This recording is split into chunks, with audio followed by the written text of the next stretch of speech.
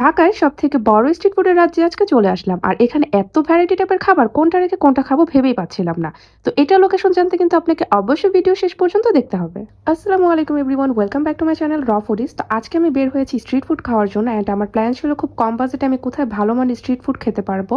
দেন আমি চলে গেলাম খিলগাঁও তালতলা সুপার মার্কেটের সামনে। এখানে তো তোমরা জানো স্ট্রিট ফুডের একটা বিশাল মেলা বসে। সন্ধ্যার পর কিন্তু এই জায়গাটা আরো জাঁকজমক হয়ে ওঠে। তো প্রথমে আমার চোখে পড়লো এখানে গরম গরম জিলাপি ভাসতেছিল, কিন্তু আমি প্রথমেই মিষ্টি মুখ করবো না, প্রথমে চলে গেলাম ঝালমুখ করার জন্য। এখানে দেখো ছোলা বিক্রি করতেছিল, আর মাত্র 20 টাকার ছোলা খেলাম, বাট এত মজা লাগছে। বোম্বাই মরিচের এই ছোলাটা খাওয়ার পরে মুখটা একটু ঠান্ডা করার জন্য চলে গিয়েছিলাম রোলার আইসক্রিম খেতে। আর এই রোলার আইসক্রিমের প্রাইস ছিল মাত্র 50 টাকা, বাট এটার কোয়ান্টিটি কিন্তু বেশ ভালো ছিল আর খেতেও খুবই মজা ছিল। তো এরপর চলে গেলাম মোমো খাওয়ার জন্য, কারণ শীতের দিনে গরম গরম মোমো খেতে কার না ভালো লাগে। এখানে কিন্তু অনেক টাইপের মোমো ছিল, নাগা মোমো ছিল, রেগুলার মোমো ছিল। তো এই রেগুলার মোমোর প্রাইস ছিল 100 টাকা, 6 পিস মোমো দিয়েছিল। আর এখানে 2 টাইপের সস ছিল, দুইটা সসই কিন্তু ঝাল ঝাল ছিল, আর এই ঝাল ঝাল সসগুলো দিয়ে মোমোটা মিক্সড করে খেতে কিন্তু বেশ ভালো লাগছিল। এরপর আমরা চলে গেলাম গরম গরম শিক কাবাব খেতে। এখানে 2 টাইপের শিক কাবাব ছিল, চিকেন অ্যান্ড বিফ, অ্যান্ড দুইটার প্রাইসই ছিল 130 টাকা করে।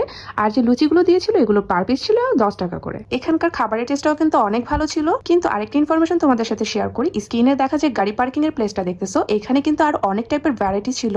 যেমন এখানে সি ফুড ছিল, আরো ভ্যারাইটি টাইপের বারবিকিউ ছিল। তো এখানকার ফুড আমরা ট্রাই করতে পারি না, কারণ এই প্লেসটা আমাদের আগে থেকে জানা ছিল না।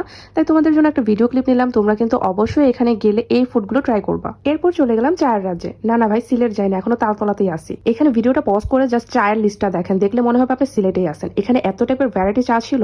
তো আমি একটা তান্দুরি চা অর্ডার করলাম, কারণ আমি পার্সোনালি এত চা পছন্দ করি না, বাট তান্দুরি চাটা আমার একটু ভালো লাগে। এরপর ঢং করতে করতে গরম চাটা শেষ না হতে হতে হামলা দিলাম ঝালমুড়ির উপর। এখানে কিন্তু ব্রেকআপ ঝালমুড়ি না পাওয়া গেল, আরো ভ্যারাইটি টাইপের ঝালমুড়ি ছিল। বাট এত এত ফুড ট্রাই করার পর আমার আর অন্যান্য ভ্যারাইটি টাইপের ঝালমুড়ি খাওয়ার কোনো মুড়ি ছিল না। তাই আমি নর্মাল মাসালা মুড়ি নিয়েছিলাম, যেটা প্রাইস ছিল মাত্র 30 টাকা।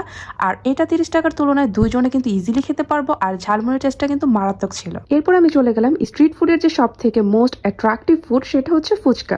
আর ফুচকা ছাড়া তো স্ট্রিট ফুড একদমই ইনকমপ্লিট। ছোট ফুচকা কিন্তু মেয়েদের কাছে একটা ইমোশন, আর এটা প্লেট ছিল মাত্র 30 টাকা। আজকে কি একটা জিনিস ফলো করেছো তোমরা, প্রত্যেকটা খাবারই কিন্তু নাগা ছিল, মানে সব খাবারই একদম ঝাল ঝাল ছিল।